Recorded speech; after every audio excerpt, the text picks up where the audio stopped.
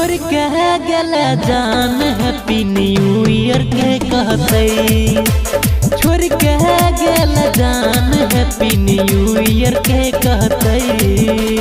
अब की नया साल हाल हमरा सके पूछते। अब की नया साल हाल हमरा सके पूछते।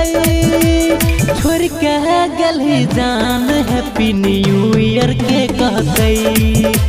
छोड़ के गेल जान हैप्पी न्यू ईयर के कहते के जान।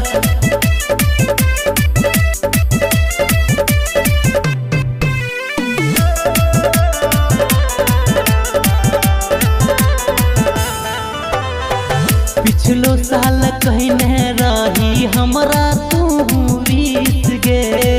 बीत गेल 2025 अब गेल 26 गे। सुना सुन पिछलो साल कहने रही हमरा तू बीत गे। बीत गेल 2025 अब गेल 26 गे। कबो न सोचले हमरा बारे में कोन रहते। कबो न सोचले हमरा बारे में कोन रहते। छोड़ के गेल जान हैप्पी न्यू ईयर के कहते। छोड़ के गेल जान हैप्पी न्यू ईयर के कहते गे सोना।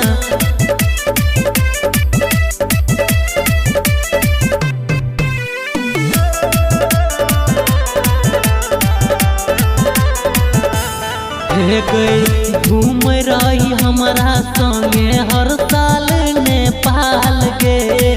छोड़ के गेल हमरा बनल दीपक के महल गे। घूम रही हमरा संगे हर साल नेपाल गे।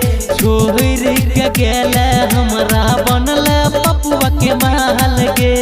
कह छोरा रंजन दर्द को ना सहतऊ। कह छोरा रंजन दर्द को ना सहतऊ। छोड़ के गेल जान हैप्पी न्यू ईयर के कहते। छोड़ के गेल जान हैप्पी न्यू ईयर के कहते गे सोना।